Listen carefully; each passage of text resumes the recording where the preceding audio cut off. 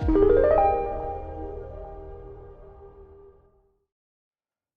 there. This is just a quick video really, just to whistle stop tour around a few little mods that I've done since my last videos. So I will take you through them kind of from front to back, just a few, and let you know about something that's going to happen soon. I'm going to be making a change to our tyres on the bike. So here we go. So first of all, you can see, those of you who've seen the bike on previous videos, you'll see that it's gone through a number of different iterations of what's happening around the cockpit. And one of the big things that's changed is that the copper ride 702 is gone. And the tablet that was over on the left has now moved into the central position. And that is now doing all of the navigation duty for the bike. Using this tablet, I can access Google Maps and Ordnance Survey maps and my roadbook app, and all of that I can access through DMD2, which is what I'm now running as the primary front end app on this tablet. And so far so good. It's absolutely superb bit of kit actually, DMD2. I'm really impressed with it. So to be continued, still using broadly the same mounting hardware. This rally bar that I got, which is actually designed for a KTM, I got from AliExpress. And again, this mount here, again from AliExpress. AliExpress gets a bad rap sometimes, but to be honest, I've had some amazingly good stuff, especially for the money. Another thing that's changed is the configuration of some of the switchgear. This switch under here was the master power switch for the carper ride, and therefore the carper ride is gone, so this is now redundant, so that will go when I take out the wiring harness for the carper ride, because it's no longer needed. And this switch over here has moved up near to the left hand switchgear, and that's the master switch for my LED auxiliary lights. So it's a logical place for it to be up there. Slight change in the position of my Insta360 mount. And probably what will happen is I may use the invisible selfie stick to lift the camera up a little bit, to move it up to here, so it gets more of a view of the 360 view around the road. Oh, another thing the more observant of you may have noticed is that the screen's now different. I've moved from a smoke touring screen to this opaque black screen, which I got from a company called Powerbronze in the UK. And that's really so that it is more in keeping with me and the kind of the cockpit setup that I'm trying to start building iteratively. I have fitted a Monimoto 9 tracker to the bike. I'm obviously not going to show you where that is, but it was a really easy setup. I know the bike's not worth very much. I'm under no illusions, and thieves may not be interested in such an old bike, but it would be a real pain if I lost this bike now with all the work that I've done on it. So I think the Monimoto, for my relative peace of mind, is worth it. So that's now on the bike and operational. And finally, up the front of the bike, the other change you may have noticed is that the standard mirrors have now been replaced by these AliExpress ones, which can move around. And I can fold them in if I'm getting into bits where there are like overhanging branches and some of the small lanes I go down. The main reason is not because I think they're cool particularly or any better than the stock mirrors. It's just that getting hold of good condition stock mirrors for an F650 is really difficult nowadays. So I'd rather break one of the AliExpress 20 quid a pair mirrors and replace that than to lose a standard stock mirror and find it almost impossible to replace it if I ever want to bring the bike back to showroom spec, which I can at the moment. I've got all the bits to do that. So moving on, what else is news? Oh, well, a bit of an update. Some time ago I fitted these aftermarket Chinese serrated foot pegs to replace the puny little stock ones, and there have been some horror stories. I've heard people say that they've broken these, and I've done nearly 1,000 miles on these now, and I've had no problems whatsoever. I am a relatively light guy though. I weigh about 148, 149 pounds. If you're a big heavy guy, you might get a different outcome. But for me, so far, these are excellent.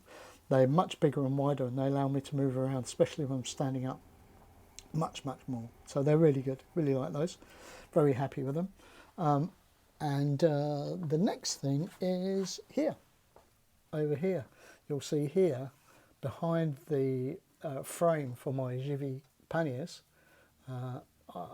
I've mounted this toolbox. Now this toolbox is sold as a fit for the R1250 GS and the R1300 GS pannier frames, but with a bit of jiggery pokery, I found that it was relatively straightforward to get it to fit these pannier frames. These pannier frames, by the way, are PL185 pannier frames, and it's relatively stealthy. You can see it fairly clearly there, but if I put a pannier on the bike, just bear with me while I do that. You can see it's certainly hidden there. And now I'll move around to the back of the bike and talk a bit more about it. So now here you can see the toolbox again here. I've put some gaffer tape over the back of it. Two reasons really. One, to stop dust getting kicked up and getting embedded in the lock mechanism that's here. And the other thing is that it just makes it a little bit more low profile, so people will notice it a bit less. I'm not quite sure what I'm going to use it for. It might be tools. And what I'll probably do is I'll probably line it with self-adhesive foam to stop things rattling around and bumping around and making a load of racket when it's been ridden around the bike. And again, I'll keep testing that, make sure that those screws don't come loose, and keep checking on them, especially in the first few hundred miles. So again, I'm really happy with this. I think it's great. A bit more storage on the bike and fairly low down, which is really good. Finally, I run road tyres on my bike at the moment. These are Bridgestone Battle Axe BT46 tyres. They are excellent tyres. I wholeheartedly recommend them if you're looking for a road tyre for your ST. Or I don't know if they do a front tyre that fits for the Funduro. Really don't know. But it's a really good tyre, the BT46. Super. However, some of the rides that I've been doing recently, I've been getting on some sort of farm tracks and very remote country roads, which are not well suited to a road tyre, even in the dry. So I've decided to make a fairly big decision and change from these road tyres to a more of a 50-50 tyre. And the tyre that I've gone over to is, just move around, the tyre I've gone over to is the Heidenau K60 Scout. That's for a number of reasons. One, it's got a brilliant reputation for being a hard-wearing, tough tyre.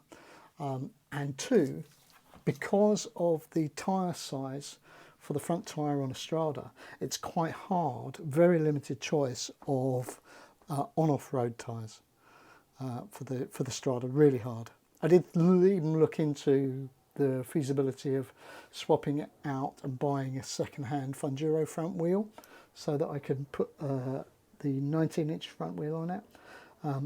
But the costs just don't justify the potential benefit right now. So I've decided to go over to the Heidenau's.